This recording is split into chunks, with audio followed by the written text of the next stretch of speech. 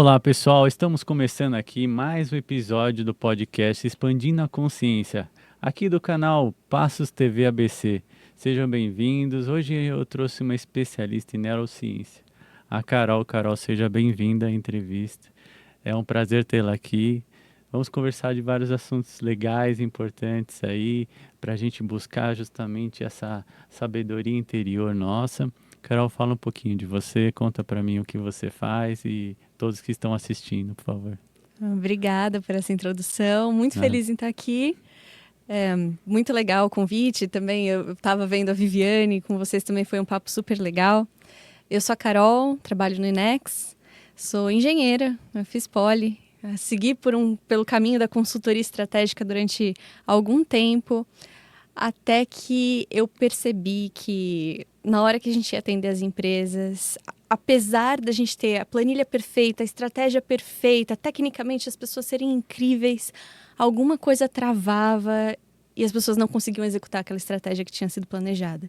E esse alguma coisa começou a gerar uma pulguinha atrás da orelha. sim.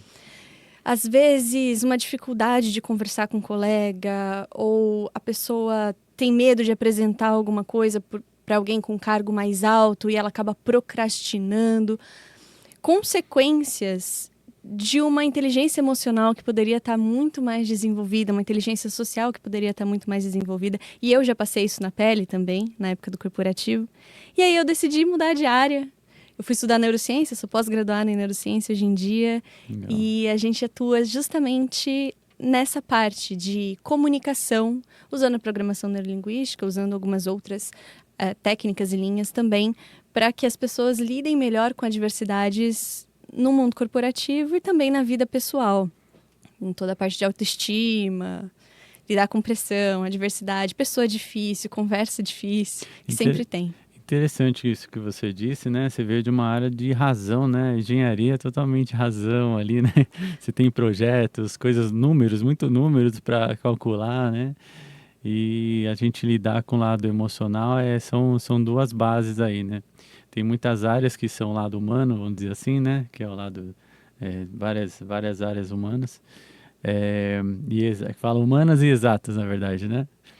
Então é interessante esse desenvolvimento, né? Você conseguir ver como você vai lidar com a sua razão e como você vai lidar com as suas emoções perante as suas decisões dentro, por exemplo, de uma empresa, né? É uma questão que poucas pessoas sabem, né? Como fazer isso, como lidar. Porque as mulheres, né? Falam que muitas mulheres têm um lado emocional mais desenvolvido que os homens, ou vice-versa. Tem homens que também, mas a questão sempre é saber o que você precisa, quais são os seus recursos, né? Fala um pouquinho aí, como que você lidar com isso? Por exemplo, você aprendeu a parte, viu ali a parte da razão sendo trabalhada e a parte da emoção também sendo trabalhada, depois buscando esse lado emocional aí na parte da PNL. Como que você consegue entender isso, né? Essa fluidez dentro do trabalho, né? Dentro do lado profissional. Como que, como que você lidar com as emoções, as decisões que você tem que fazer, que você pode trazer dessa bagagem aí que você teve? É engraçado você falar isso, porque uma das coisas que mais me encanta na programação neurolinguística é justamente o fato dela ser muito racional. Ela lida racionalmente com as emoções. Se você for pegar os exercícios, as técnicas, tudo você tem ali um passo a passo, você tem uma linha lógica do porquê que aquilo funciona. E o porquê, ele me move muito, né? Não só a mim, as pessoas que trabalham comigo também. Então, é difícil te explicar isso, mas foi fácil essa transição, não foi difícil, porque ainda dentro de uma área emocional, eu gosto muito de estudar o porquê das coisas. E quando as coisas começam a ter lógica, quando você enxerga a lógica por trás da inteligência emocional, aquilo deixa de ser alguma coisa hippie, paz e amor, e passa a fazer sentido, inclusive para os engenheiros, que é o meu caso. Mas sobre o que você estava falando, as mulheres teriam mais facilidade em expressar as emoções que os homens por uma questão cultural e não por uma questão biológica. Porque o homem é educado desde cedo, né? não pode chorar, senão você não é homem, senão isso vai afetar a sua masculinidade. E aí ele deixa de expressar os sentimentos. E a mulher não, a mulher ela não tem essa pressão por não chorar. Então, acaba que numa fase adulta existe essa diferença, mas nada que não possa ser treinado. Existem situações, é muito ruim a emoção, né? Qual que é o papel da emoção? A emoção, ela prepara o nosso corpo, através da liberação de neurotransmissores em circuitos específicos do cérebro, para agir adequadamente diante de um desafio, diante de uma situação. Se você não aprende a lidar com a emoção ou tenta ficar controlando, que também não funciona, você deixa de usar o seu potencial, que é porque a emoção é feita, né? Para te ajudar a tomar decisões nos contextos adequados. Você perde um grande potencial dentro de você quando você tenta esconder isso. Isso vai se refletir no futuro, inclusive no seu corpo, né? Doença psicossomática e por aí vai. Você vai ver esses quadros também. Então, nada que não possa ser treinado e nada que uma pessoa que goste de exatas também não possa aprender. Até porque, muitas vezes, as pessoas, tecnicamente, são perfeitas, elas são contratadas por conta de um currículo maravilhoso, né, de ótimas formações, mas chega no dia a dia do trabalho, essa pessoa não consegue lidar, muitas vezes, com a pressão, com ter que conversar com gente muito diferente, né, sair da bolha. Tudo isso é importante para você crescer na carreira. Hoje em dia tá mudando bastante isso. Hoje em dia a gente vê muitos gestores gigantescos, por exemplo, dos Estados Unidos, dando muita importância para isso. Shane Parrish, Ray Dalio, Kim Scott, gestores de grandes empresas do Vale do Silício que escrevem livros sobre, por favor, tenha inteligência emocional, isso é muito importante. Então, vai mudar. Fala um pouquinho, então, dessa parte da inteligência emocional. Como que você vê que as pessoas podem se desenvolver o lado emocional, né? Para poder também, aquela coisa não guardar, né? Aquela coisa de guardar a emoção. Tem pessoas que não conseguem expressar as emoções, né? De alguma maneira. Às vezes por causa realmente de uma situação que viveu, algum trauma, alguma coisa. Pode ser alguma crença limitante que pode ter tido também. Mas o quanto é importante esse lado emocional e como que a pessoa pode lidar com isso no trabalho, né? De uma forma que consiga conduzir mais tranquilamente aí o que ela tem que produzir, vamos dizer assim, né? Uhum. Olha, existem várias estratégias, não é uma linha só que a gente vai seguir. Por exemplo, né, se você pega uma pessoa que, sei lá, está ansiosa com uma carga de tarefas gigantesca, provavelmente você vai ter que trabalhar rotina com ela, que é mais para uma parte biológica do negócio. Se ela não tiver uma rotina bem estabelecida, ela vai sofrer muito mais o emocional. Você vai ter que ver se ela está fazendo exercício físico, se ela está dormindo corretamente, isso também afeta o emocional. Se ela está tendo assertividade para dizer não quando necessário e está absorvendo muita tarefa para ela, isso também vai gerar ansiedade. E aí treinar com essa pessoa, tá, você não consegue dizer não, o que você vai dizer ao invés disso para não se sobrecarregar? Ah, ainda não consigo atender esse pedido. Ou, conheço alguém que faça isso melhor, para não sobrecarregar a pessoa. Então, depende muito do caso, do tipo de emoção que ela está vivendo ali no trabalho. É um conjunto de fatores. E aí, para cada um deles, há uma estratégia. Para você saber o que está acontecendo, é muito bom você olhar para os seus resultados, porque suas crenças são inconscientes. Agora, os seus resultados, eles vão te dar uma pista de que emoção você não está sabendo administrar. Por exemplo, se eu estou procrastinando determinada tarefa, isso é um resultado. Procrastinação, ela não é um problema. Ela é a consequência de uma causa raiz, que é alguma coisa que não está administrada. Então, estou procrastinando alguma coisa no trabalho, alguma reunião. Tá, o que eu estou pensando? Aí você vai se perguntar, o que eu estou pensando que está me fazendo procrastinar? E aí volta. Eu estou pensando que talvez o trabalho não esteja bom o suficiente. Tá, o que especificamente no trabalho você acha que não está bom o suficiente? Até a pessoa voltar, muitas vezes, para um problema de autoestima, né? Não sinto que eu estou preparada para esse cargo. Você vai voltando. A partir dos resultados que a pessoa tem, que é a única coisa que a gente consegue enxergar de fato ali, você se pergunta, tá, segundos antes, o que você estava pensando? Ah, em tal coisa. E aí você consegue identificar qual é o ciclo que a pessoa está fazendo para gerar aquela emoção, para gerar aquela Seria a linha consequência. de raciocínio, né? A linhas neuronais, né? Vamos dizer assim, o que que a pessoa pensa ali, o que dispara aquele pensamento também, né? Então, você saber lidar antes de acontecer, ou como você poderia conduzir melhor essa, essa forma, né? De como você vai reagir perante a essa sensação que você está tendo, ou como você evita que aconteça isso. Então, sempre é um aprendizado, é isso? Fala um pouquinho também a gente estava até comentando, mas fala um pouquinho do sentido de síndrome do impostor, que eu fiquei curioso. As pessoas às vezes vão querer saber o que que é síndrome do impostor. É muito nessa linha que eu falei para você. Na verdade, desculpa. Tudo bem, tudo bem. Pode continuar.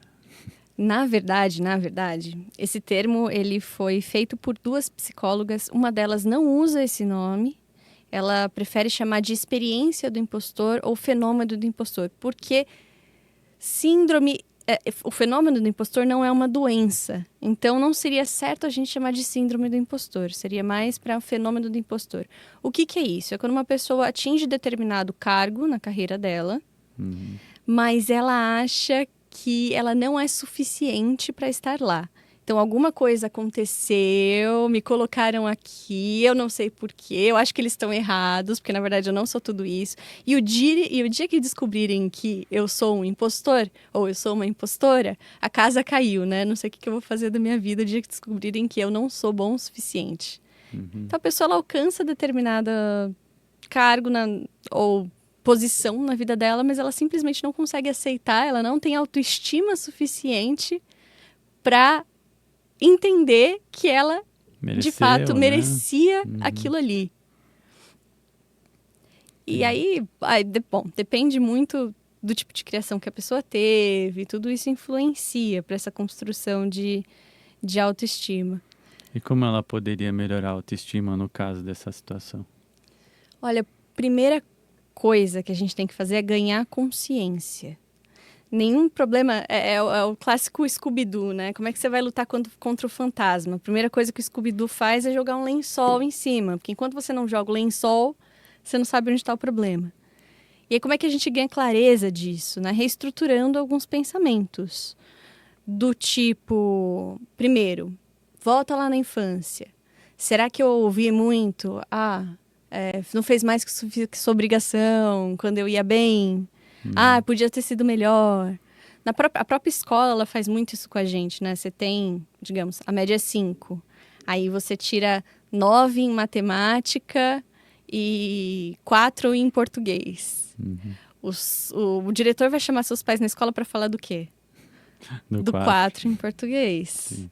E aí você fica o tempo inteiro sendo educado a olhar para sua falha, porque você está indo mal, porque você não performa. E deixa de olhar para todas as qualidades que você tem.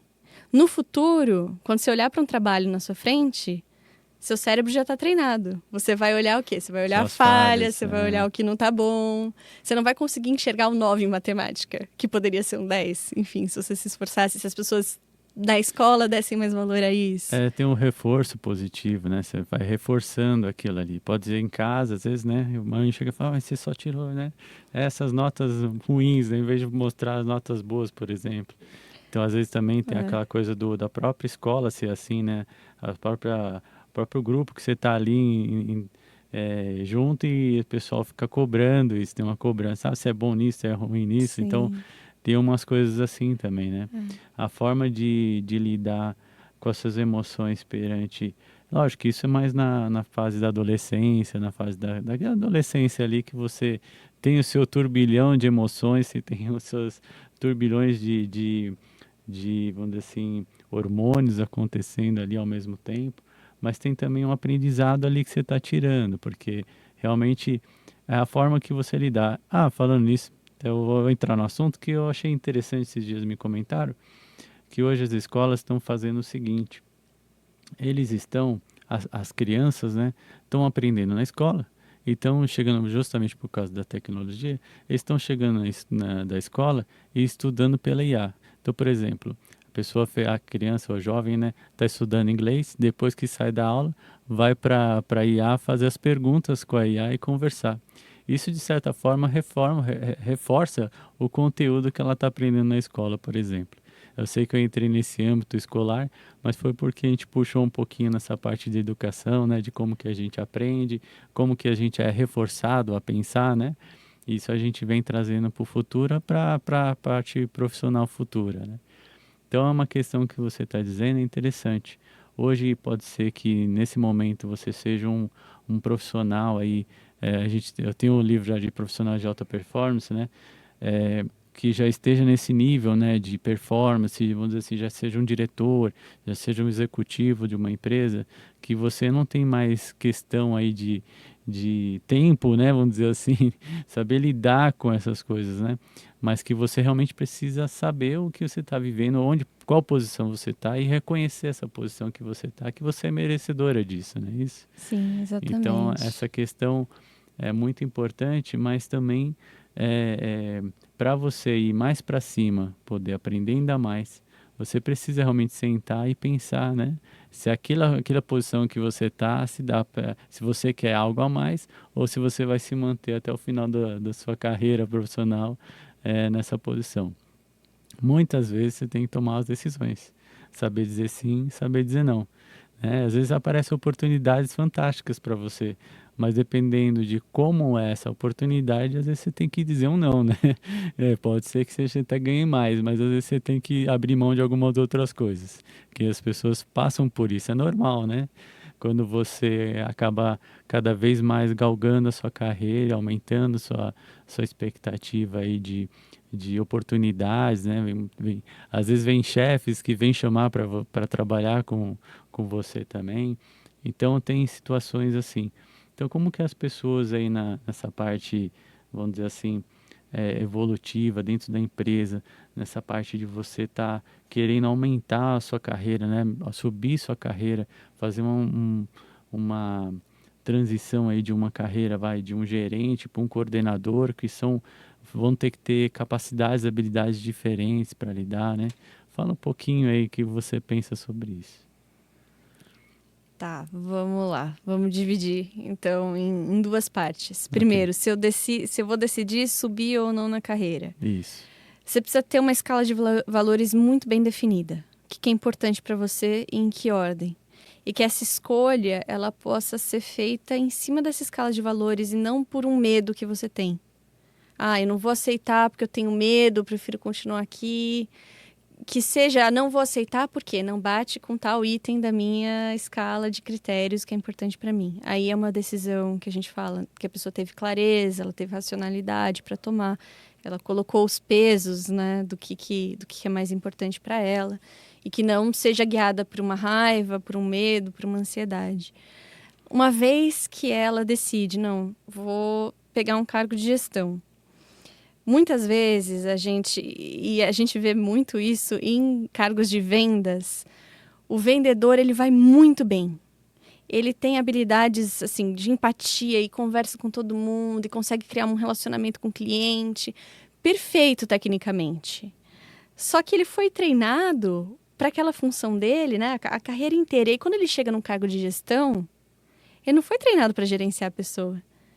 E aí você acaba perdendo o melhor vendedor que você tinha e, em troca, você não ganha o melhor gestor que você poderia ter.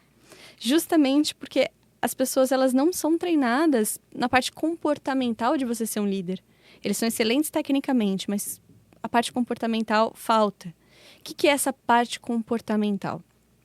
É você saber conversar com todo mundo, entender as motivações de cada um que trabalha ali com você, saber onde alocar cada pessoa dentro da sua equipe, ou seja, reconhecer os pontos fortes e os pontos a melhorar de cada um ali, para usar a mente das pessoas onde elas performam melhor. É você saber conduzir uma reunião sem virar 3 horas de conversa, que é o que a maior parte das vezes acontece, né? Você começa com um assunto, não termina aquele assunto, discute vários e ninguém sai de lá sabendo o que é para fazer. todas essas habilidades de comunicação são muito importantes. E aí são duas coisas que você precisa ter como líder. Se eu tivesse que treinar alguém nessa função. Habilidade de comunicação, essencial, e a inteligência emocional, saber lidar com a diversidade. Liderança é um cargo de estresse. Não vou ser poliana aqui e falar, é maravilhoso. Não, é um cargo estressante. Se a pessoa não souber lidar com isso, Tem que aí ter não dá certo. produtividade, né? E isso gera um pouco de estresse, né? Como que as pessoas lidam com o estresse? Vou deixar para vocês. É muito do significado que você dá para as coisas que acontecem dentro da empresa, né? Existe um negócio muito legal chamado coeficiente de adversidade. Legal. Várias pessoas já falaram sobre isso. Uma das pessoas que falou sobre isso chama Paul Stoltz. E ele faz uma analogia com uma montanha, né? Tem algumas pessoas que começam a subir a montanha, a primeira adversidade, elas desistem, são os desistentes. Tem algumas pessoas que começam a subir a montanha, sobem mais que os desistentes, mas até aqui tá bom, mais que isso eu não preciso subir. Elas são os campistas. E aí, por fim, você tem as pessoas que sobem até onde os campistas estão e falam, nossa, dá para ir além. E elas viram os alpinistas. Que é muito pouca gente atualmente que chega nesse nível de, apesar de estar na zona de conforto, por livre e espontânea vontade, decidir sair da zona de conforto para conseguir algo ainda maior. O coeficiente de adversidade, ele são várias perguntas que você faz para você entender se você não está generalizando o problema. Então, por exemplo, eu furei o pneu vindo para cá. Minha vida está um caos. Então a pessoa generaliza para a vida inteira dela. Aí vem as perguntas, né? O que especificamente aconteceu? Pera, mas a sua vida familiar tá um caos também? Aí a pessoa começa a refletir. Não, minha vida pessoal tá ótima, é só o pneu. Então são perguntas que o líder precisa aprender de coeficiente de adversidade para fazer para os seus liderados, para os liderados também conseguirem aumentar esse coeficiente de adversidade. Talvez uma superação, como elas vão superar as dificuldades. Outra coisa que acontece bastante com quem não tem coeficiente de adversidade alto é a pessoa prolongar no tempo. Então, ela não generaliza para todas as áreas da vida, mas é como se o problema fosse eterno. A pessoa furou o pneu de manhã, chamou o seguro trocou o pneu, tá tudo certo. Em todo lugar que ela vai, já resolveu o problema. Ela vai falar, você não acredita o que aconteceu hoje comigo. Eu furei o pneu. Tá no final do dia, a pessoa tá na academia, ela vai contar que ela furou o pneu para a pessoa da academia. Já ela posterga, ela prolonga, ela fica sofrendo com o problema durante bastante tempo. Isso é falta de coeficiente de adversidade. Uma pessoa que tem coeficiente de adversidade baixo é uma pessoa que vai reagir a feedback, ela vai terceirizar, justificar. Não, mas é porque você não tinha pedido isso antes. Não, é porque fulaninho me entregou tal relatório atrasado e é por isso que eu entreguei a minha parte atrasada para você. Ela vai ser esse tipo de pessoa, ou pior, que vai ser uma coisa silenciosa. Ela vai ouvir o feedback e vai machucar a autoestima dela. Putz, eu sou péssimo. Eu não deveria estar aqui. Ela vai abalar a autoestima. O mundo acabou, né? Tipo, isso aqui me abalou, o mundo acabou, eu vou ficar triste o dia todo, né? Assim, ela não vai conseguir focar. Tem pessoas que têm umas crenças assim, né? Exatamente. Então, são essas duas coisas. Você saber se comunicar muito bem, ou seja, que palavras eu uso para eu delegar tarefas de uma forma que o outro entenda, que é uma dificuldade. Às vezes os líderes falam, né? Já falei 1000 vezes e eles não entenderam. Você que não está falando direito. Saber se comunicar de uma forma que os outros entendam. Saber dar feedback sem ferir o outro, mas ao mesmo tempo sem ter medo de desafiar quem está ali, né? Sem ter medo de ser chato, que o líder ele vai ter esse papel muitas vezes. E essa é a parte da comunicação. E, por fim, a parte do coeficiente de adversidade, que é a inteligência emocional. Se você tiver essas duas coisas, você já vai voar muito alto. Isso pode ser treinado, né? Todas essas capacidades, habilidades que a Carol está dizendo, pode ser desenvolvido, treinado. Tem treinamentos que ajudam nisso. É muito importante as pessoas saberem que é possível desenvolver, né? Não ficar só nisso, no problema, né? Qual as soluções que existem ou qual formas que a gente pode fazer ou como eu posso fazer diferente que eu possa aprender a lidar com isso. Então, todos nós temos essas inteligências e a gente pode focar nelas para se desenvolver. Se você realmente está galgando algo a mais, está querendo subir na sua carreira, realmente você tem que desenvolver outras capacidades e habilidades, isso faz parte. A de comunicação é uma delas. É importante você saber se comunicar, é importante você se posicionar, às vezes, você saber lidar com as diversidades que ela comentou. E esses conhecimentos, esses desenvolvimentos, existem técnicas para ser feitas, né? Existem formas, formatos que dá resultado, né? Que a gente fala, que tem um resultado positivo. Lógico que você pode fazer do seu jeito, tudo, você pode fazer do seu jeito. Mas na PNL a gente fala muito de a gente pegar alguém que se inspire, né? Alguém que você olha e fala, nossa, ela tem essa capacidade, porque eu queria aprender isso, né? Se você está aberto a aprender, você está sempre aprendendo, né? Que vem a questão da humildade também, a gente tem que reconhecer nossas falhas, para a gente poder falar, não, agora eu quero desenvolver isso. Então, essa potencialidade que a gente pode cada vez mais buscar é importante para a vida. Então, eu estando aqui, também estou desenvolvendo minha habilidade, entende? Então, toda a questão é essa. A gente precisa, às vezes, se colocar, pegar pessoas, eu pego pessoas de referência e tento sempre me aprimorar. Então, a gente sempre começa com a gente. Por que eu estou falando de mim? Porque primeiro eu começo comigo. Onde eu estou desenvolvendo, o que eu posso desenvolver cada dia, né? Quais são as capacidades que eu estou desenvolvendo hoje e o que eu quero para a minha vida, onde eu quero chegar.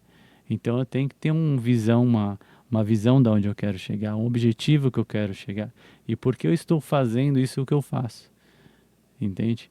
Porque eu sei que é importante, o conhecimento que a gente fala aqui, que a gente passa aqui, é importante para todos que estão assistindo. Eu sei que isso vai despertar algo nessas pessoas e vai fazer a gente evoluir de alguma maneira juntos. E a gente precisa fazer isso, a gente precisa fazer em vida, né? Ser a ferramenta de Deus para justamente se desenvolver, né? Não só no parte profissional, pessoal, mas na vida mesmo. Você se sentir confortável, se sentir bem no que você está realizando, né? Então, isso aqui está sendo um sonho para mim, até digo porque realmente está sendo. Então, a gente faz com amor. Quando a gente faz com amor, as coisas vão construindo naturalmente, não é verdade? Eu estou passando um pouquinho da Exatamente. minha experiência aqui, mas eu acho que o que a Carol traz é justamente isso.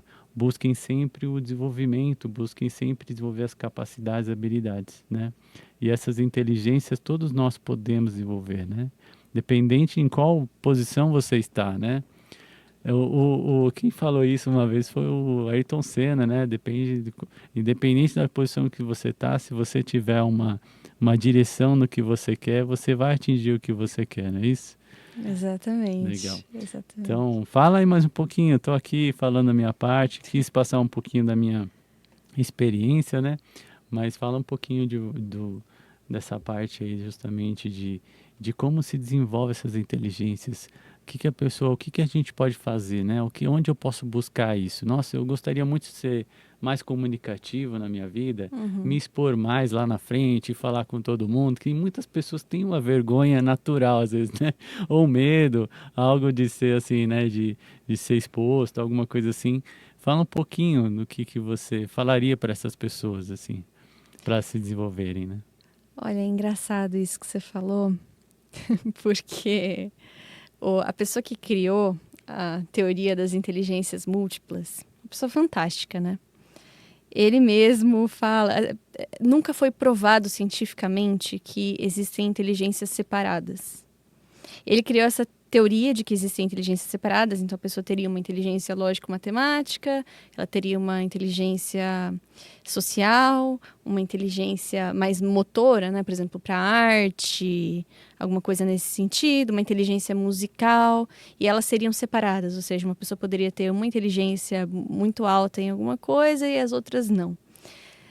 O que é uma teoria muito empática, porque você reconhece que todas as habilidades são importantes e cada um tem a sua e tudo mais. E é algo que faz bem você ouvir, né? No entanto, ela nunca foi provada cientificamente. Ele, inclusive, fala isso, né? A pessoa que pesquisou isso fala, não foi provado cientificamente Então, a gente continua usando o modelo que a gente tem hoje até que não haja uma comprovação melhor que essa. O que é o modelo que a gente tem hoje? Se a gente pega o QI, né? Para uma habilidade ser considerada inteligência, ela precisa ela estar correlacionada de alguma forma com as outras habilidades dentro desse conjunto. Então, você tem o QI, que é um conjunto de habilidades que é medida. E se por acaso a pessoa tem um potencial maior para alguma área, ela tem potencial para todas as outras que estão junto. Não significa que ela vai treinar. Se você não treinar, você não vai desenvolver nada. Mas se você for olhar para isso de uma forma também empática, é uma grande sorte nossa. Se você pega, por exemplo, uma criança que é um nerd, assim, gosta pra caramba de estudar. E aí, muita gente fala, essa pessoa, ela tem a inteligência para, lógico, matemática, mas ela não tem a inteligência para interagir com os outros. Geneticamente, isso não é verdade. Se ela tem um QI alto, significa que todas as habilidades relacionadas à inteligência, e inteligência emocional e inteligência social fazem parte, ele tem potencial de desenvolver. Se ele tem QI para uma coisa, ele tem capacidade de desenvolver qualquer outra. E por que não desenvolve? Porque desde criança, os professores, os pais olham para ele e falam, nossa, esse menino tá lendo pra caramba, deixa ele aí, vamos estimular para ver o que acontece. E aí super estimula a criança a ficar presa dentro daquele mundinho dela e ela acaba não desenvolvendo outras habilidades. Mas todo mundo tem capacidade, potencial. O QI tá aqui. Tudo que tiver amarrado no QI, a pessoa tem chance de desenvolver. Inteligência emocional também é. O que é inteligência, né? Inteligência é a capacidade que você tem de resolver problemas. O que é inteligência emocional?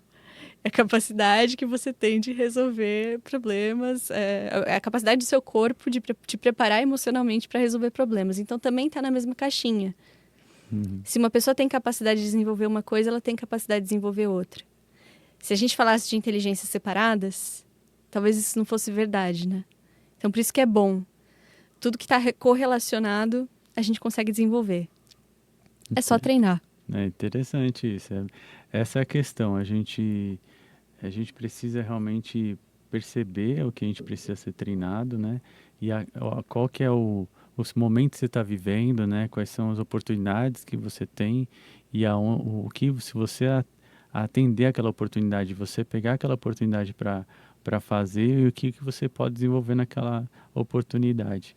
E as habilidades, né? De consciência, de a parte emocional, enfim, essas inteligências você vai fazendo com o tempo também. Você não precisa desenvolver tudo de uma vez, mas todas as experiências e bagagens que você for se propor a fazer vai te treinar de alguma maneira ou aprender sobre isso.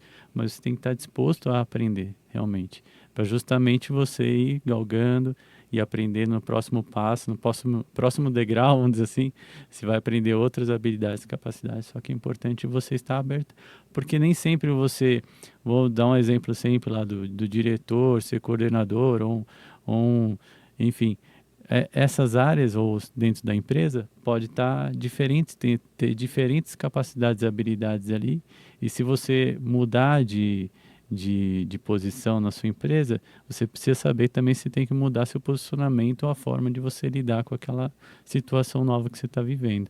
E ali você tem que aprender alguma coisa nova. Então, você tem que ter sempre aberto, porque não adianta você agir da mesma forma que você agia como um coordenador e virar um diretor e agir da mesma forma, né?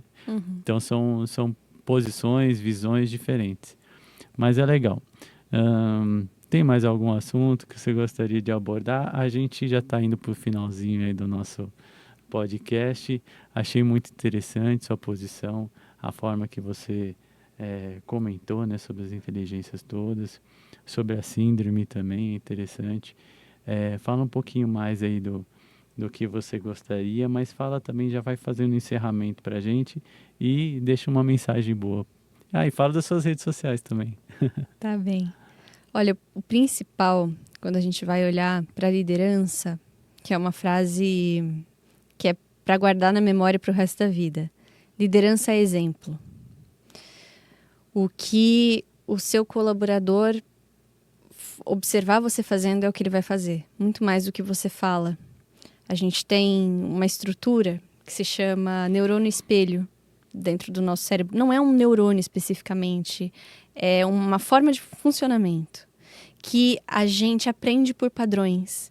Então, a gente aprende com o comportamento do outro, sem necessariamente ter passado por aquilo e ter errado ou acertado. A gente consegue aprender sem ser a gente, né? Pelos erros dos outros e pelos acertos dos outros também. E isso é inconsciente. Então, eu que me espelho no meu líder, o que ele fizer, eu vou fazer.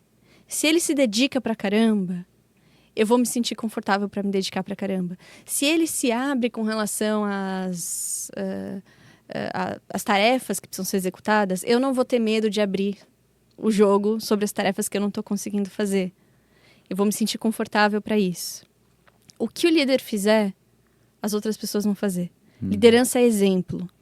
Torne a sua vida algo admirável, algo inspirador, que você vai ver todo mundo ao seu redor se inspirando. E a liderança começa por você. Você é uma pessoa que você admiraria? Na sua vida como um todo. O que você faz na sua parte física, na sua saúde física, é algo que você admira? É algo que você se inspiraria? O jeito que eu trato a minha família é um jeito que eu gostaria que as outras pessoas espelhassem? Eu gostaria que meus filhos espelhassem meu comportamento com a minha família? Porque isso vai acontecer. Na sua casa, se você é pai, se você é mãe, você é líder. Quem está ali, seus filhos, eles vão repetir, conscientemente ou não conscientemente, aquilo que você faz. Então, seja primeiramente líder de você. E uma vez que você conseguir ser líder de você, aí sim você vai ter autoconhecimento suficiente e inteligência emocional suficiente para começar a querer ser líder do outro. Isso é verdade. E aí é isso, dentro do trabalho também. Se você conseguir ser líder de si mesmo, saber desenvolver sua inteligência emocional, saber organizar suas tarefas, as pessoas elas vão se inspirar em você, elas vão perguntar: o que você está fazendo? Elas vão te ouvir muito mais quando você dá um feedback, elas vão aceitar muito mais as suas sugestões, porque elas sabem que em você elas podem confiar, em você elas podem se inspirar. Esse é o principal recado sobre liderança que a gente pode dar no quesito comportamental. Seja o exemplo. Perfeito, Carol. Obrigado pela mensagem. Deixe suas redes sociais pra gente. Você pode nos acompanhar no meu perfil pessoal no Instagram, a Carol Meirelles. Eu falo bastante sobre comunicação por lá também. E você pode nos acompanhar semanalmente, toda terça-feira, no Café com PNL, que é o nosso podcast. Obrigado, Carol. Pessoal, quem puder, obrigado por todos terem assistido esse programa. Aqui a gente, como eu falei, cada dia a gente traz o conhecimento para nós justamente expandirmos e aprendemos a cada dia com as pessoas e com conhecimento, né? Acho que cada dia a gente tem que buscar conhecimento e assim a gente vai conseguindo também, além de aprender, né? A gente pode também transbordar e ensinar também, né? Acho que é a lição que a gente acaba tendo na vida. Então, eu agradeço a todos que estão acompanhando. Deixe o seu like aí no canal. O canal aqui na Passos TV ABC. Acompanhe aí a gente, todos os episódios, a gente tem postado.